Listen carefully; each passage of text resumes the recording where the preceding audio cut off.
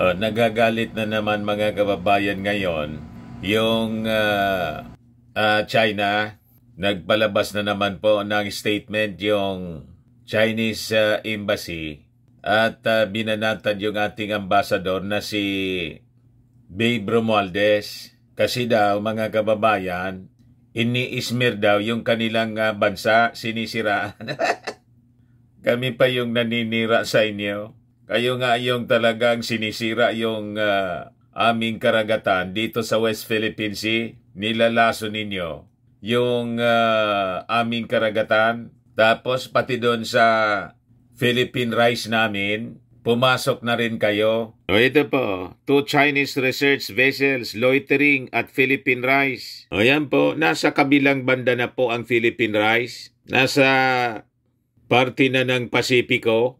Lumipat na sila sa Pacific Ocean mga kababayan. Hindi na yung West Philippine Sea, yung gustong kamkamin, pati yung Philippine rice. Pumasok na rin sila. Pagkatapos, sasabihin, sinisiraan daw ni Babe Romualdez yung kanilang bansa. Ito po, don't use South China Sea dispute to smear China.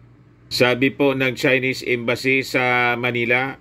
Kita ninyo yung mga pag-uugali nitong mga Chinese na barkada po ni Mao Diggs.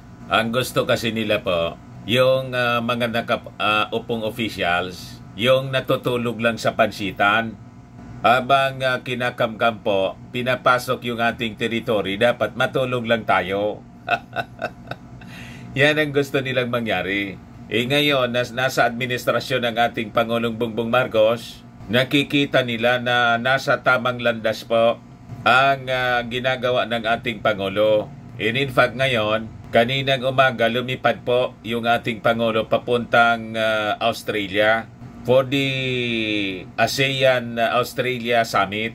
Siyempre, parte yon yung West Philippine Sea, yung security sa Indo-Pacific region, ang sadya ng ating Pangulong Bongbong Marcos. Kaya nanggagalaiti palagi ang mga Chinese officials. Ito yung ating Pangulong Bongbong Marcos. Sabi dyan, Philippines-Australia ties ensure regional stability. Sabi ng isang expert. So tama po kasi yung mga actions na ginagawa ng ating Pangulong Bongbong Marcos. Kaya nasasaktan po yung China. Kaya putak ng putak po. Daldal sila ng daldal ngayon. But before ko mga kababayan ibigay sa inyo yung full story, click subscribe muna dito sa ating YouTube channel and hit the notification bell para lagi po kayong updated sa mga kaganapan dito sa ating bansa. Like and share na rin po ninyo ng ating video at huwag na rin po ninyo na skip yung ating mga commercial ads para tuloy-tuloy lang ang pag-unlad ng Bagong Pilipinas. Sa mga naghanap pala ng malinis and spacious fitness gym, pumunta lang po kayo sa aming Colossal Fitness Gym. We also offer Grab Car Rental with our brand new 2023 model ng Toyota Innova. We also accept booking for those who are planning to travel via PAL, Cebu Pacific and other airline companies, local and international, and bills payment for Meralco Bills, PLDT, etc.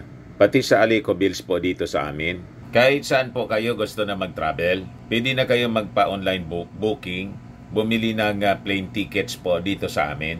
Pati sa mga hotels, nagbo-booking po kami. May Paymaya kami rito at may bayad center na rin.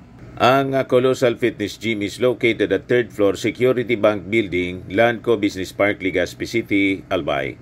For inquiries, look for Gilon Maravillas, contact number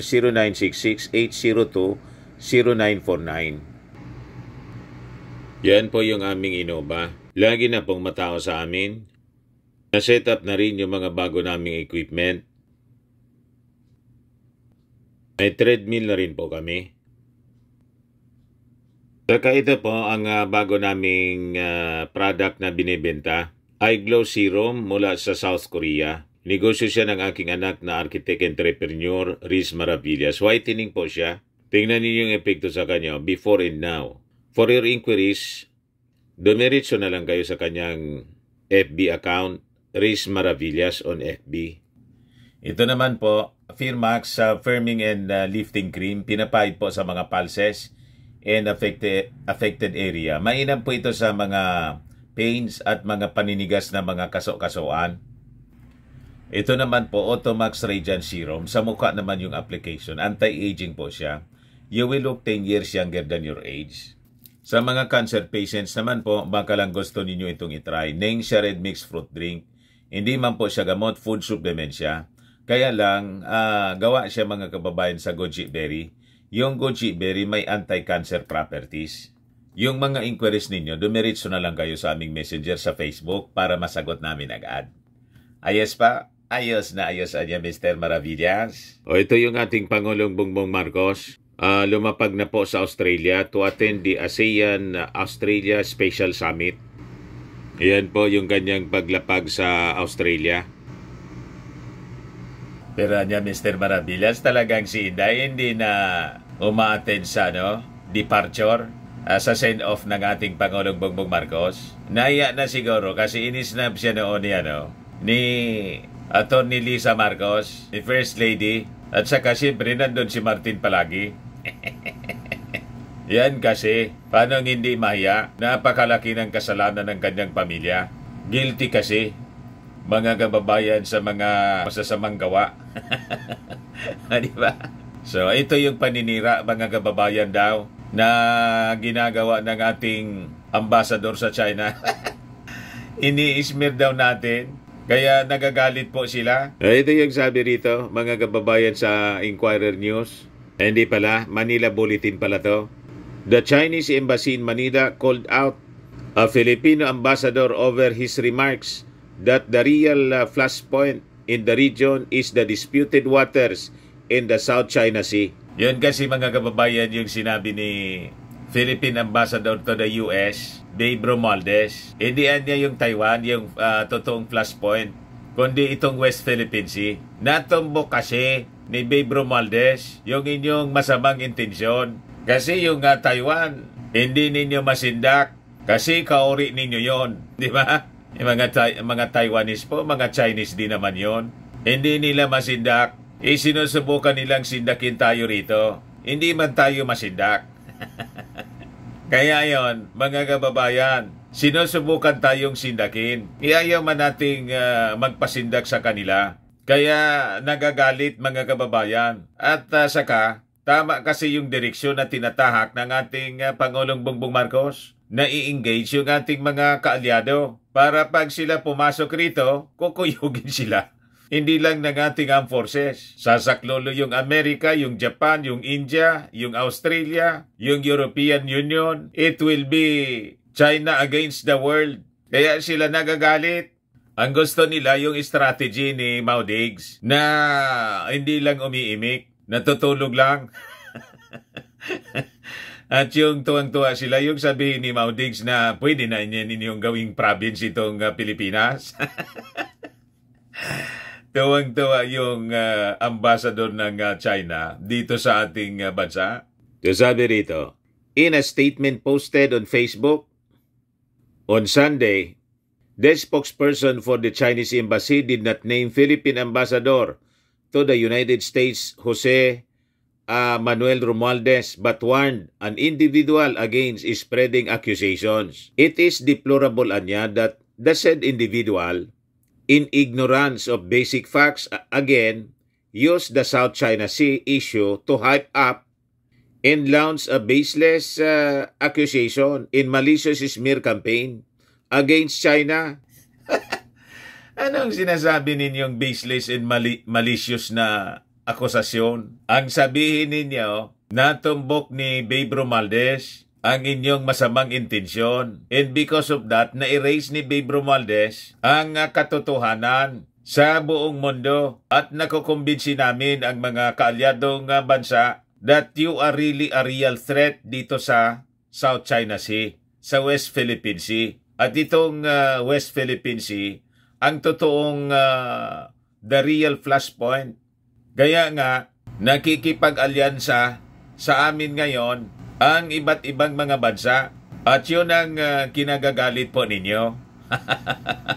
Di ba? Kasi nakumbinsi namin ang mga bansa tulad ng Japan, India, ang Amerika dati na kaming may tratado. Pero ngayon, dahil sa mga galawan ninyo, nakumbinsi namin ang mga bansa tulad ng Australia, Japan, South Korea, India, pati European Union. At lahat sila kinukundi na yung inyong mga aksyon, kaya kayo nagagalit. At tanda sila na sumaklolo pag sinubukan ninyong pumasok. Yun.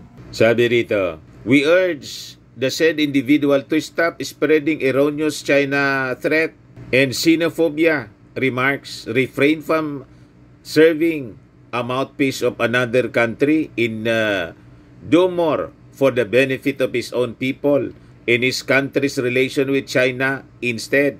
Ang gusto nilang mangyari, tayo lang anya dapat mag-usap. Huwag ninyong ini-involve yung inyong mga kaibigan sa ating usapan. Bakit hindi namin i-involve yung aming mga kaibigan? May interest sila rito. Kailangan nila yung South China Sea bilang international passage way ng mga kalakal nila. Di ba? So may interest sila rito. Direktang interest sa South China Sea. Ang gusto ninyong kontrolin. Yun ang malinaw dyan. Kaya po, nakakatuwa yung mga ginagawa ng ating Pangulong Bongbong Marcos. In fact, pati yung mga expert po, maritime experts, kumbinsido po sa mga actions na ginagawa ng ating Pangulo. Ito po yung sabi rito sa balita. Philippines-Australia ties ensure regional stability, sabi po ng isang eksperto. An international think tank believes that the Philippines' cooperation with its partners, including Australia, is crucial to ensure peace and stability in the Indo-Pacific region. Ang gustong mangyari kasi ng China, wag lang tayo na umingi ng saklolo para mahina lang tayo. Kayang-kaya nila tayong lusobin. Dahil sa pagkikipag-alyado natin sa Amerika, sa Japan, military agreements ngayon na pinalakas ng pinalakas, pati India magsusupply sa atin ng mga BrahMos missiles. Ngayon sa Australia, kaya sila mga kababayan nagagalit kasi ang ibig sabihin nun, mahihirapan na sila sa kanilang maitim na balakin dito sa West Philippine Sea.